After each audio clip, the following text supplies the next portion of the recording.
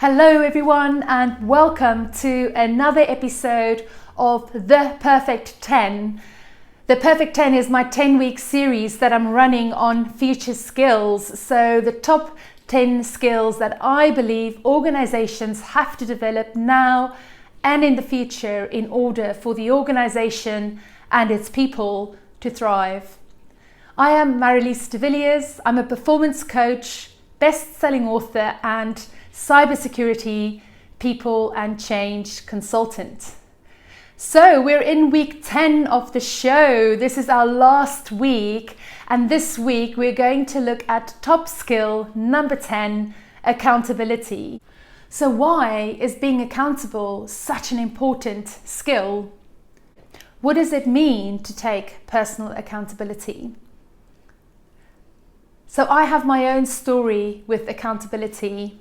A few years ago, I left a job because of a boss, and it was a very, very toxic relationship. And when I set out to write my book, Raw, How to Tame the Bully Inside and Out, I was always looking for who to blame and pointing the finger at the person who bullied me. And then I realized that I had to take personal responsibility for the role that I played in the dynamics of that relationship, how that relationship played out. Now that was not an easy thing to acknowledge, to put up my hand and to say, I have contributed to the dynamics in the relationship, recognizing the things that I did to facilitate that toxic relationship. And it had a lot to do with me finding my own self-worth. So today I'm absolutely delighted to be joined by the two ultimate gentlemen and role models when it comes to taking accountability, Alashe MBE and Dan Stanley. So let me tell you a little bit more about Oz and Dan. Oz is the CEO and founder at CybSafe, an innovative and fast-growing British cybersecurity and data analytics tech company. A former UK Special Forces Lieutenant Colonel, Oz is now focused on making society more secure by helping organizations effectively address the human aspect of cybersecurity. He is passionate about reducing societal threats to stability and security by making the most of opportunities presented through advancements in technology. Oz was made an MBE in 2010 for his personal leadership in the most complex of conflict environments. Dan is a father of two, award-winning commando, national sporting hero, successful businessman and accomplished mindset and performance coach.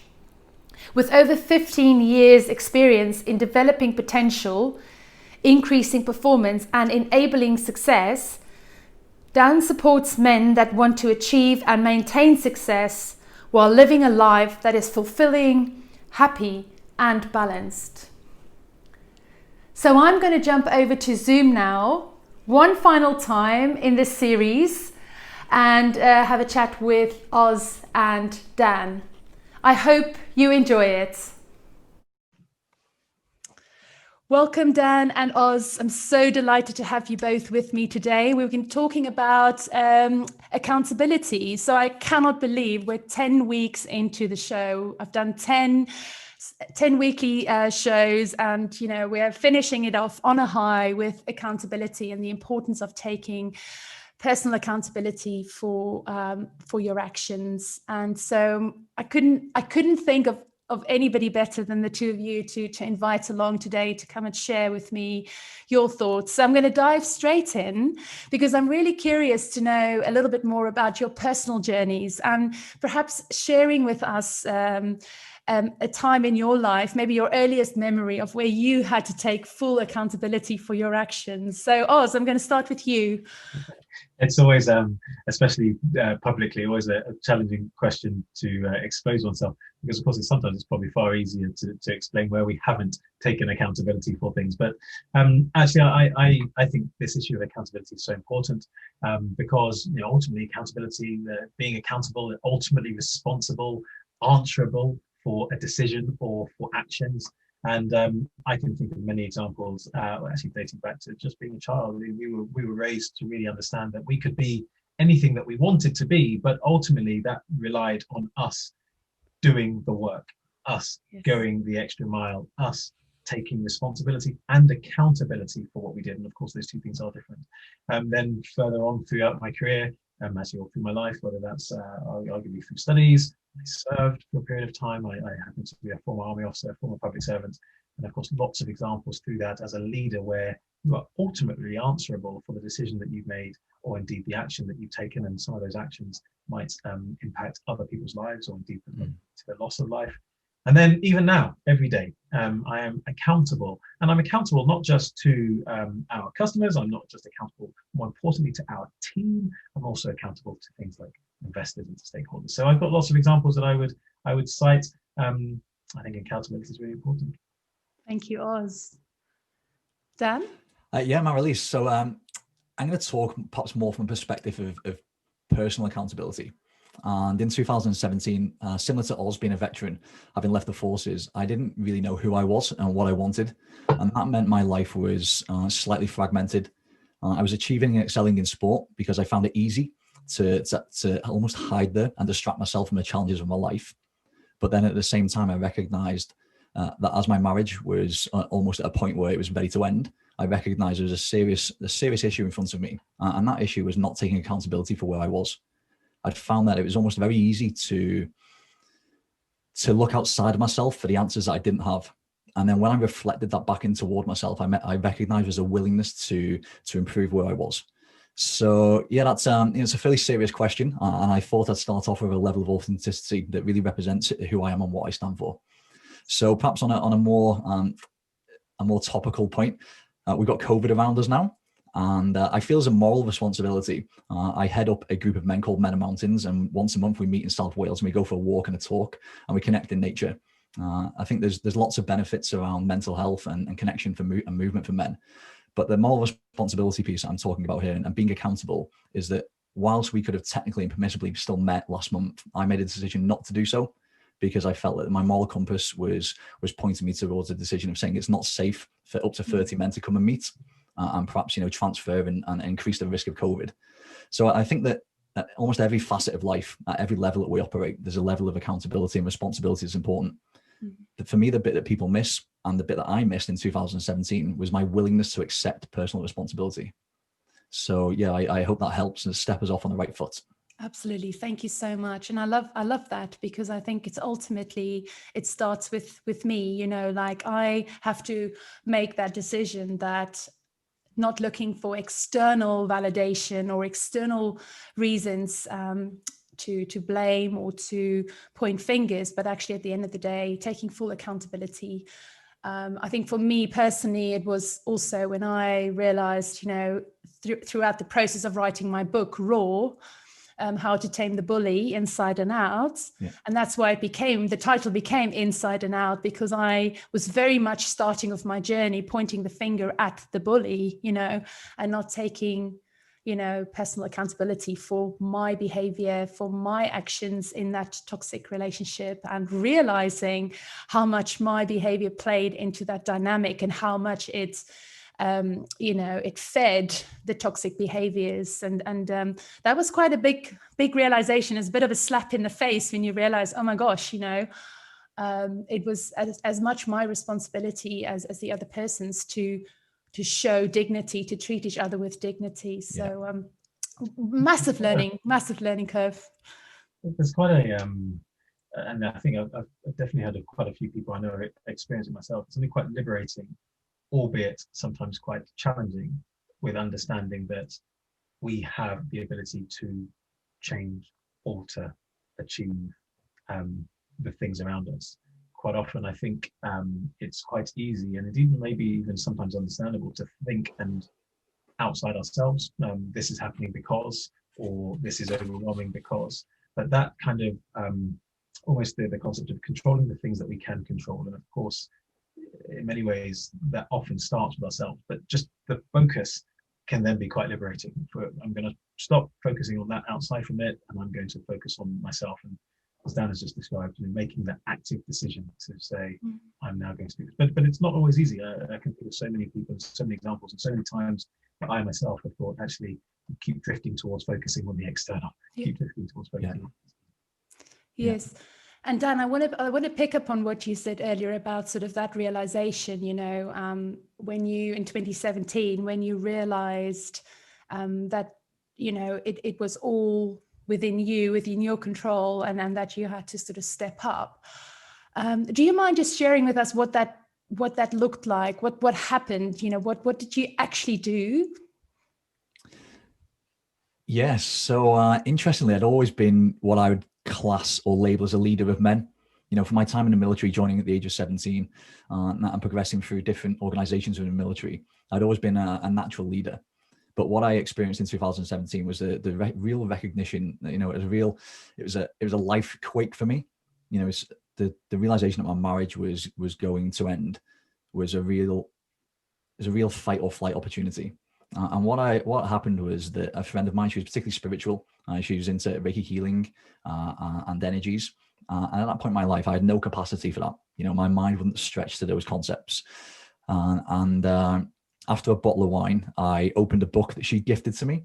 And within 50 pages of inside this book, and this is why it's relevant to the conversation today, within 50 pages of reading this book, it was called The Unsevered Soul.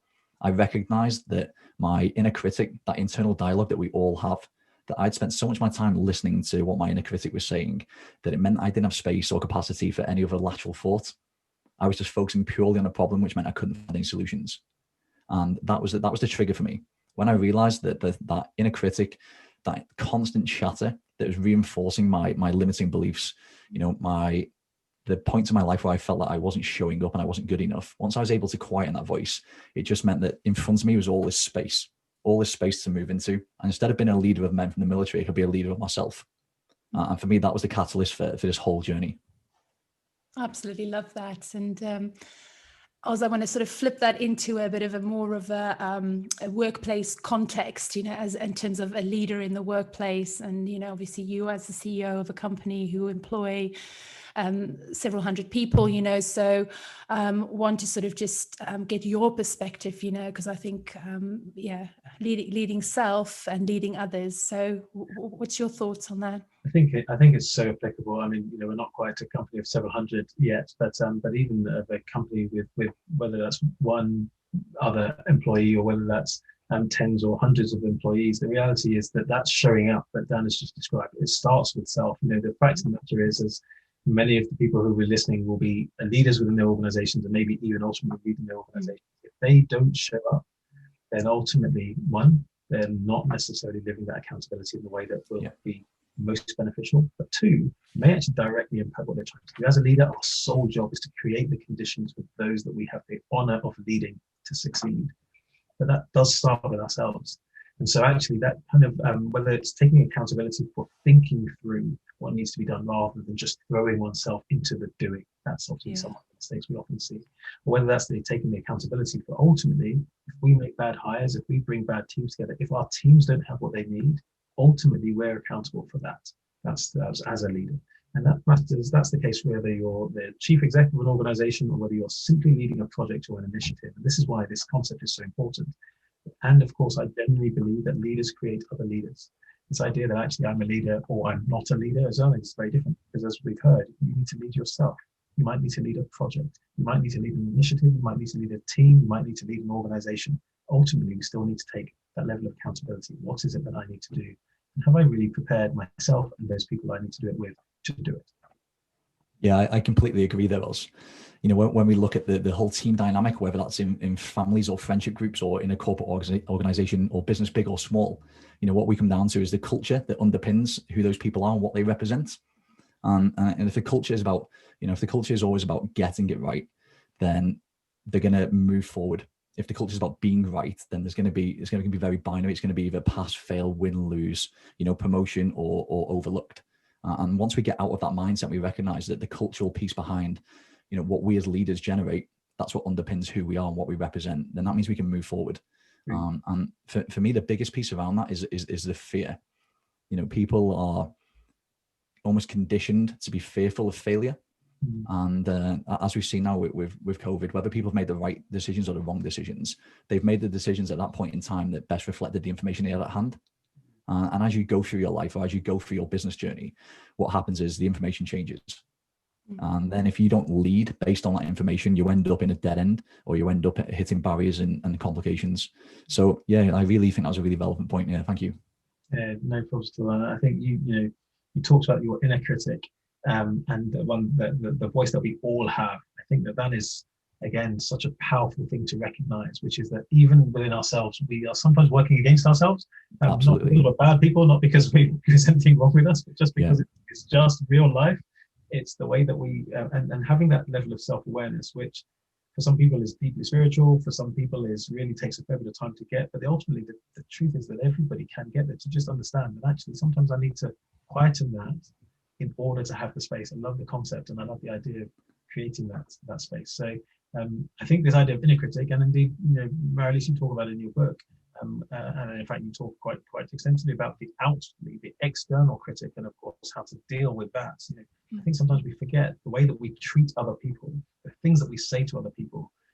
We can contribute to the challenges they face from their own inner critic and indeed for external, just simply because we're not really considering that there are a whole lot of other reasons why that person might be thinking, doing, feeling like that, to what we can see.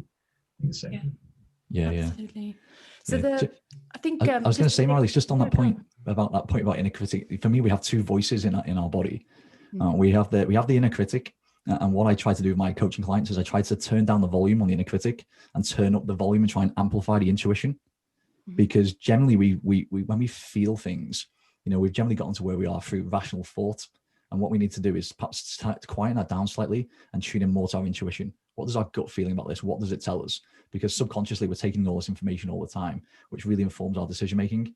But if we choose to stay logical up top, then what we can do is overcomplicate situations. And then we dial in then to our inner critic. And before we know it, we know what the right thing to do is, but we talked ourselves out of it and created a whole different problem.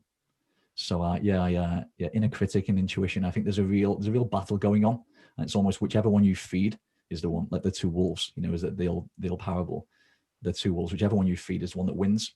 Yeah. And particularly, I think now, given the testing times that we've got, accountability and a willingness to accept responsibility, you've got an inner compass, a bearing, and if you tune into it, you'll get to the right place for where you are at this time in your life. But if you turn it down, all you're going to get is all the constant chatter about the reasons why you shouldn't do X, Y, and Z, the problems that you're going to face, how people are going to think and feel differently about you. And it creates this level of fear that keeps people either stuck or they end up playing to lose. They're so defensive that they can't move themselves and the culture of the organization forward. So yeah, I think I'm really enjoying this conversation so far. Yeah. It's fascinating because you've literally just almost answered the question I was about to ask, which was picking up on the fear and the actual fact that it takes courage, like it's that sort of self-compassion, self-love, which really is dignity, but dignity for self, dignity for others. So if you think about humanity and we're all equal, and I exist because of you, and we treat people with that sort of frame of mind,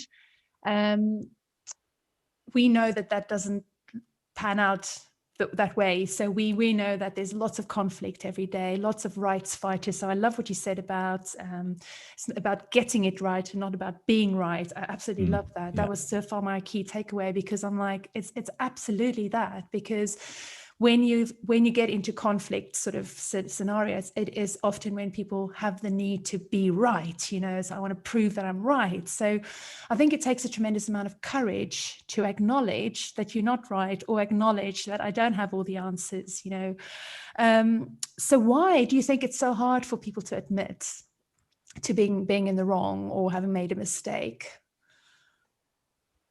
Personally, I think that we are and we talked about fear of failure earlier on. I think that quite a lot of society for a number of reasons, I suspect, really does discourage mistakes, really does discourage what is perceived to be failure, really does discourage what is perceived to be a suboptimal solution or suboptimal answer or suboptimal outcome. And of course, one of the challenges is we increasingly know that failure, in inverted commas, is necessary for growth, whether that's physical, whether that's mental, whether that is actually professional. You know, ultimately, if you're only ever doing the things that you can do, then you simply won't grow as fast as you do if you do the things that you can't do. So I think that's one of the things we've kind of got to get over, this challenge, which is both a personal challenge, because I think actually people carry this into themselves. Society suggests that you shouldn't be weak, or you shouldn't fail, or you shouldn't get stuff wrong. And as a result, I don't. Or as a result, I believe that shouldn't be the case, even though we all do. And then even worse, and this is the bit that I think is most challenging and requires the most amount of courage, we then reflect that onto other people. And that's the bit that I think is so challenging. And that's the bit that requires the most courage, to actually have the courage to be kind, to actually have the courage to say, there's probably another reason why this hasn't happened the way that I think it should have happened. Or to have the courage to say, it's not the end, it's okay. Doesn't mean I condone what's happened, but it means that actually, so that, and again, back to what Dan said, you know, doing the right thing rather than being right, or getting it right rather than being right. You know, that's the difference. And the way that we treat failure, the way that we treat things that happen, or people who do things that we don't necessarily agree with, that determines whether or not it's what you do in that moment that determines it. And of course, that starts with what we do to ourselves. Do we take a failure to achieve something, or a failure to meet an expectation as a reason to stop doing it, to give up? Or do we take it as a, right, what can I learn from that, and I go again? All of those things I think are important. Absolutely. Yeah, when I think about that question, what comes to mind is that, as Oz pointed out, that societally we're conditioned to either blame or to, you know, create a sense of victimhood. If something doesn't go our way, if we don't get the result we wanted, you know, there's almost the point where we, as a young child, you see your parents trying to lose weight or to stop smoking, or, you know, to chase a promotion. If they don't get what they want, they'll come back with a load of reasons. They can justify why they didn't get what they wanted, why the outcome wasn't aligned to their initial intention. And, you know, that's passed on, as Oz said, from one person to another. So that becomes ingrained in us. And what I find, particularly when I work with my corporate clients, is the higher up the ladder they climb, the less positions are available for them, the less senior positions. You know, it's sharp at the top, as they say. So when they get closer to the top, there's almost a reluctance to take responsibility for when things have gone wrong. And what that does, that creates, again, we're going back to that culture piece. You know, people are scared to make mistakes. That's where the bullies like Marilee in the workplace start to become more apparent. Because what's got them to a certain point, when they recognize that their drive and their skill set will only get them to a natural ceiling, then they need the team beneath them or around them to now enable them to continue in their career journey. There's a real sense of fear, because then they're not in control. And when you're not in control, you make almost irrational decisions. And what I find with the people that lead well are the ones that take accountability. You know, they set the direction, the intent for what the team's going to achieve. They invite everybody into the conversation. They communicate effectively. They set an expectation of what's going to be done, when it's going to be done by. They review where the team is and where they are in that, and they keep people accountable. They create a culture of accountability. So you said you're going to do this by then. Is it done? No. And that, I think that is so crucial, because you have, I think your best leaders are those who you get the right people and then you get out of their way, but also that accountability piece. Because actually, I often talk about high challenge and high support environments, because I'm like, I see a lot of very high challenge environments, which you've just alluded to. And I think, Oz, we see this a lot in cybersecurity with all the high pressured, you know, jobs and just the nature of the work. Lots of challenge, but you don't necessarily have the equivalent of the support. And for me, that ultimate kind of balance that a leader get between holding people accountable, you know, challenging them, but also providing that support, I think that's incredibly important. And that was my point, particularly that when something's not being achieved, what happens next? Yeah. Because that's what fosters and nurtures the relationships within that team. And if you don't feel psychologically safe, you will rationalize the reasons for not getting to where you are. You'll create reasons. There'll be blame, there'll be victimhood, instead of identifying the root cause of what's reflected that performance. And if you can't see it, you can't fix it. Absolutely. So yeah, that's the way I look at this. agree. I think it's also a really good example of how, and if we stick with the issue of leaders in the workplace, kind of doing half of the leadership role. If you're challenging but not supporting, you're only doing half of the leadership role, and therefore, actually, the outcome, the thing that you are probably may or potentially be frustrated about or not seeing from your teams, really, you have only done half of the thing that you're there to do, which is to support and challenge in equal measure. Yeah. And of course, the challenge in itself can be done in a way that is supportive. If challenge done in the wrong ways, it's not at all supportive in any way. So, I think this concept of accountability throughout all of this is really key, because again, it brings us back to it. If I'm a leader, I hold myself accountable to do those things, to support and challenge in equal measure. So now, when I take a step back and reflect on why something hasn't happened or something that's been done, have I done the thing that I'm supposed to have done? If I haven't, I need to go back and fix that, or have an opportunity to go back and fix that. It's up to me now to what I do. And I want to sort of pick up on that, but change sort of tact slightly, because I want to look at, you're describing a very aware leader, right? You're describing a leader that really think about themselves as a leader and think about how to be that role model. I think there's also a big proportion of people in leadership positions who don't necessarily think about this stuff so much, and they don't necessarily think about the impact of their actions on others, so they, not because they're bad people, but because they're just unaware of the impact of their actions. So I want to sort of flip it around, because you both know that I'm passionate about, encouraging people to speak up, to have the difficult conversation. So, if there has been, I sometimes call it a narcissistic injury that's been, inflicted. Donna Hicks talks about, violation of our dignity, but when there's something where, we have a troubling interaction and someone has hurt your feelings, so if we just kind of step into the recipient's shoes for a moment, I think there's also something around taking accountability for your role and calling it out. And I just was sort of interested in your thoughts on, on that before I say anything more, because I've got some strong views on this. So I'm just going to stop there for a moment. I think this is possibly one of the hardest bits of this kind of human interaction that we're discussing, which is, in the event of a challenge, what do you do if you're on the receiving end of mistreatment? Which might happen because somebody's unaware. It might actually happen just because they're just not nice, and they actually are very aware of what they've done, but ultimately they've chosen to do something that really is unpleasant. And in the same way that in many ways there are some people who would say it's not the responsibility of the person on the receiving end to correct. Ultimately, they can do no wrong. They've now been wrong. They can now do no wrong. And they say that quite strongly. I would say strongly something slightly different, which is, again, back to focusing on self. The thing that's most important is the outcome for self. So really, we should be considering, or indeed encouraging people to consider, what is the outcome that you want, and how do you best achieve that outcome?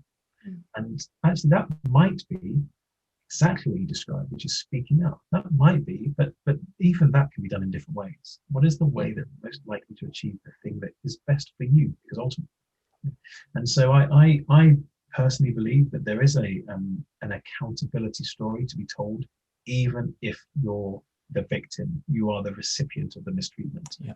But maybe there's a slight difference as to what I described with leaders, which is, again, there is no blame if you don't do it. It is just, my personal view, the thing that is going to be most edifying for you, which is to address it and take the accountability for at least attempting to right it. Yeah, I mean, what I see is most people don't, because they fear retribution. So you're just describing that sort of situation where you are dealing with someone that probably knew exactly what they were doing, and obviously, speaking up might mean that you might be fired. So yeah, I think there's this thinking about the consequences of the situation, and what is your best alternative. Are you comfortable with the potential outcome that can happen as a result of the conversation. So there are so many variables, and as you say, things to think about. Yeah, and speaking up doesn't necessarily need to be, speaking up can be done in so many different ways. And this is why I'm not sure there's a right or wrong with No, absolutely not. But it can be done in so many different ways. And of course, it might be a decision about timing.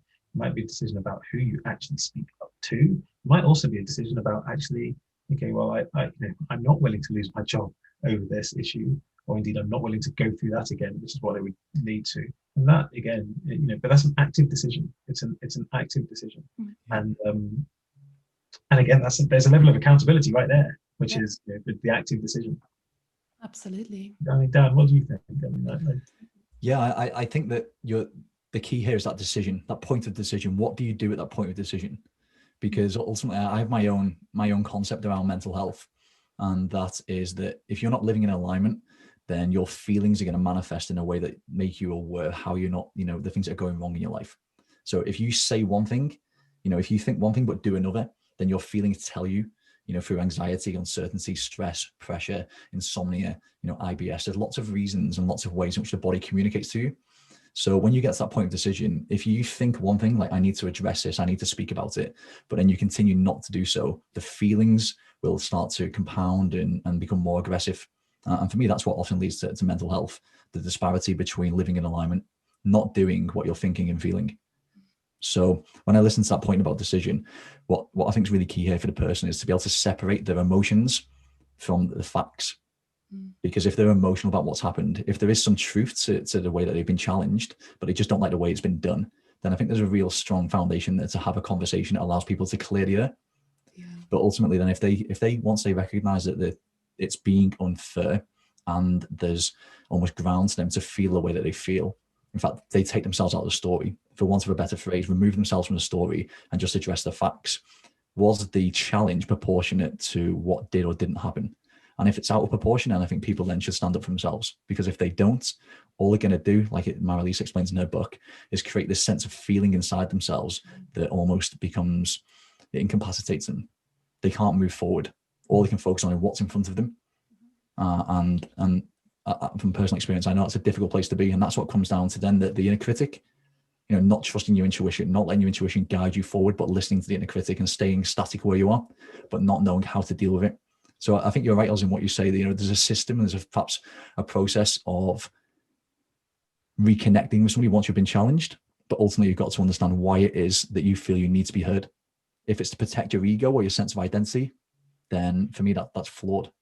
But if it's actually to represent who you are and explain things from a very factual perspective, and that's because your feelings are hurt, then I think it's very worthwhile. Beautiful. And I think you've just described that whole piece of dignity, which I'm so, I'm geeking out about that at the moment, because I'm doing research and I'm reading books and I'm just like so into it. Because I think when you talk about dignity, my own dignity and the dignity of others, it's so much around, it's a positive language, it's an empowering language. And I think, we need to start talking about that more and educating people about dignity more, So yeah, I'm on a bit of a mission. Well, I think it's a great thing as well, because if you consider our interaction, and if you consider most of the challenges, even maybe some of us who are, and I can guarantee you, I definitely don't get this right all of the time, but even people who don't even want to get it right, most they would admit that even if it's not for just themselves or those people they care about, they understand the concept of dignity. They may not necessarily feel that they are living it, but they certainly understand the concept of it. And this idea of dignity is often the thing that's missing, and therefore the reason for some of the challenges that we've just described. Leaders who do express things that may be grounded in some aspect of truth, but wholly delivered in a way that's wholly inappropriate. It's because they haven't considered the dignity of the other person. Quite often, likewise, in terms of the challenge or the response back. And dignity allows us to think, especially on dignity of others, and it allows us to think about the whole other person, which is more to it than the thing that I'm seeing or that they're saying. And therefore, how do I treat them with dignity? And of course, the concept simply being that if everybody does that, but we need to do the same to ourselves. How do I respond? How I respond ultimately is about treating myself with dignity. If I lose it, if I lose my shit at somebody and maybe say something that I regret later on, is that the way? Is that really the way of maintaining my dignity and noting that I won't necessarily always feel like this, or necessarily always want those people to think of me like that. So I think that the concept of dignity is really, really helpful, and often not spoken about. I think it's a key facet of leadership. Yeah, absolutely. Totally agree.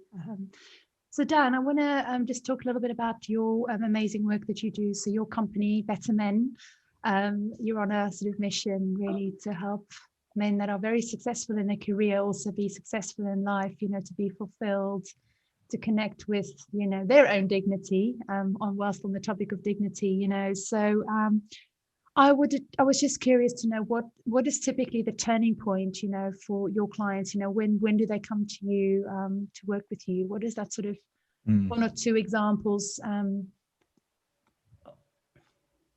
Unfortunately, it often is a crisis point. Okay. When they find themselves where I was in 2017 and really unsure of what the future holds for them. They've spent all their time, effort, and energy building this level of success in their career or their business. And then things around them, their relationships, their family, their health have all fallen down. And that's when they realize that actually whilst they don't feel safe to converse and be seen and let go of their ego, it's actually at that point in time that they reach out.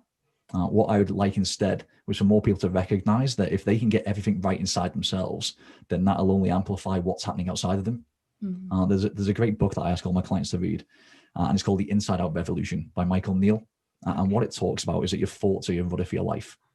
And when we look at the level of success that my clients often experience in their businesses and careers, is they get to where they are because they've planned it, they've done it, and they've reflected on it. But often men don't do that in their own lives. They go from ticking one box to the next, climb the corporate ladder, buy the house, maybe the watch or the car or the holiday home. And then they get all these things and realize there's still a sense of emptiness inside themselves. And then you start to question the motives. Why am I doing this? What is it that I want to achieve? And because then they don't feel safe in any of the friendship groups, because often the friends will either try to fix them or they'll try to, project their advice onto them. What they do in the coaching conversations in the space that we create is start to open up in ways in which they've never done. And I know there's a kind of there's no code of ethic in coaching, but what generally tends to happen is my clients, they start to connect to themselves, which means that they connect to me. And what we do is we kind of form a friendship in a way, a critical friend, a sounding board, someone that's going to listen to them, understand them without trying to fix or needing to fix them, but give them the space to hear their own thoughts and their own feelings. And then I ask them some reflective questions. We set some metrics, some almost like personal KPIs about how they're going to show up in their personal life. And what they find then is that the level of success that they have in their professional life, their personal life starts to catch up, and it happens quickly. People think that change is hard, but when, just like accountability, when there's a willingness to change, when there's a willingness to accept responsibility, change happens almost instantaneous. So yeah, I really enjoy my job. I'm very passionate about it. And ultimately, I suppose what I do is I facilitate a space where men can have a better relationship with themselves. And for some people, that might be difficult to understand. And quite often, they're not my clients. I was very clear from the outset who I wanted to work with, hence why I call my business Better Men. I don't want men that are passive. I want men that are ready to step up and change.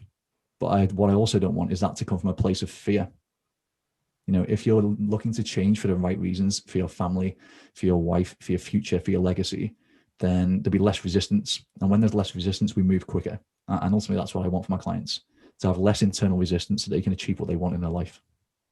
Amazing. Yeah. And it's that congruency, isn't it? That alignment, I think. Absolutely. Because ultimately, if you don't have that, it's going to somehow manifest in some illness. So yeah, cool. Yeah. Thank you. Thank you for sharing. I really, that's wonderful. And I think we can talk all day. Unfortunately, we're running out of time, but also I just want to come to you as well with sort of one final question around the work that you do on a day-to-day basis. So CybSafe, specializing in sort of behavioral change, in cybersecurity. So helping organizations embed secure mindsets and habits and reduce human risk, essentially, when it comes to cybersecurity. Now, obviously, I know a little bit about your work and what you do, but I also wanted to just sort of check with you on what you do and what your solution does around getting people to take accountability, personal accountability for the security of their organizations. Well, first of all, themselves, their own safety and security, but also the security of their organizations. Yeah. I mean, people are accountable whether they realize it or not. Ultimately, what happens to us, more often than not, when it comes to cybersecurity, quite often is simply because of mistakes or errors or things that we've missed. Sometimes people don't want to take responsibility or don't realize that they need to take responsibility. I didn't realize I needed to change that setting, or I didn't realize I needed to understand how that worked, or I didn't realize that it was my responsibility to understand that if I give my data here, they may do other things with it. That's why they should be telling me what they do with it.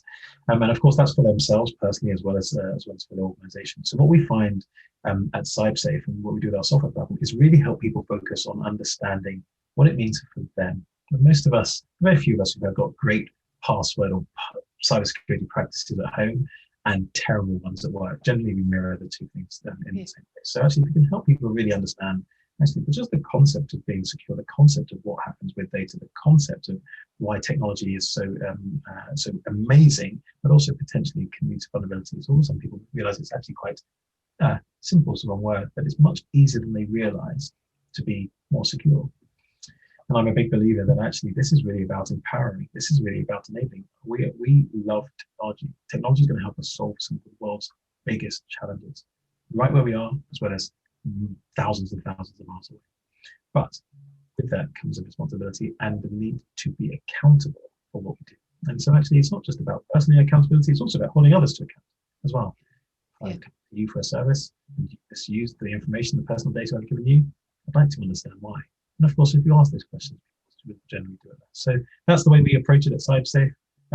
We love it. It's a fantastic space to be in. Great work, and very, it's probably one of the toughest nuts to crack is the behavioral change aspect of anything. It's like there's that famous saying that culture eats strategy for breakfast, isn't there? So yeah, we've definitely chosen the more challenging spaces to focus our work on.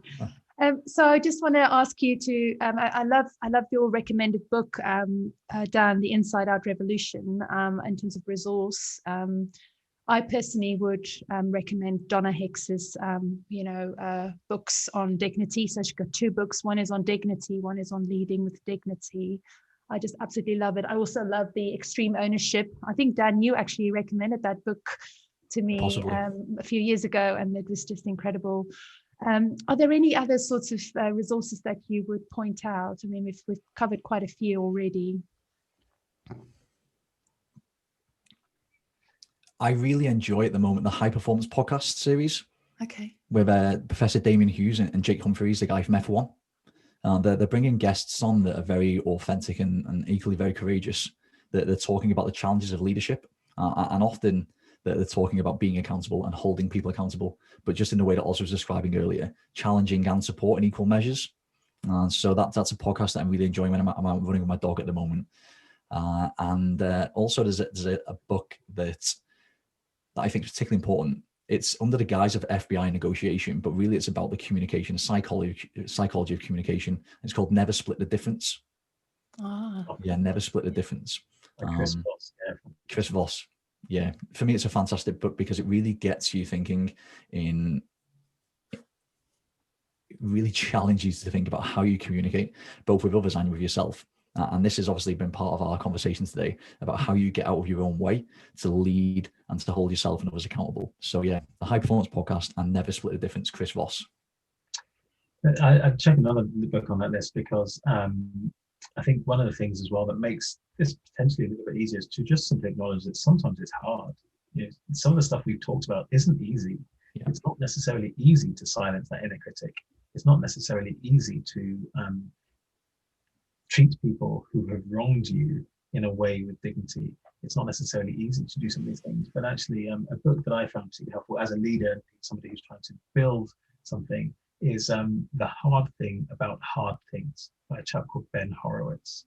The Hard Thing About Hard Things. And he talks about it from the concept of leading an organization, growing a technology company, but the reality is it's applicable to leaders in lots of different places and lots of different contexts. Some stuff is hard, but there is a way to do it. And of course, we've discussed some of those ways as we talked. And it's not about being right, it's about doing the right thing or getting it right. Getting it right. We're going to keep quoting it. I think that is definitely my highlight of the day. I have to confess, getting it right, not being right. Any final thoughts before we say goodbye? I've really enjoyed the conversation. It's my first time live on LinkedIn and on YouTube. So so thank you for inviting me on, Marlies. I've really enjoyed the conversation, and it'd be great to converse more, particularly to Oz, as this is our first time meeting. I'd be really keen to hear about your journey and your direction. Yeah, likewise. I love what you're doing, but I also, Marlies, really well done to pulling something like this together and talking about this issue, because I think it's such an important one for so many people. And Dan, I suspect I would chew up more time than you would, Keating. I'd be your worst customer, but I would love a bit of your insight. It's fantastic. I love what you've done, both personally, but what you do for other people. Amazing. Yours. Yeah. So guys, just from my side, thank you so much today for joining me. I knew I was going to finish the series on a massive high. So yeah, just absolutely honored and really appreciate both of you so much. So thank you for joining me today. Take care now. Thank you, Marlies. Bye-bye. Bye. Bye, Oz. Bye-bye.